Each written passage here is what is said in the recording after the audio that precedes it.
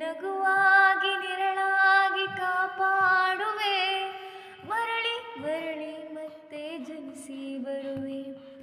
ಚಿಪ್ಪಿನೊಳಗಡೆ ಮುತ್ತು ಮಲಗಿದೆ, ಮುತ್ತಿನೊಳಗಡೆ ಮತ್ತು ಮಲಗಿದೆ, ಮತ್ತು ಈಗ ನೆತ್ತಿಗೇರಿದೆ ಮರುಭೂಮಿಗೆ ಮಳೆ ಇಳಿದಿರೋ ಹಾಗೆ.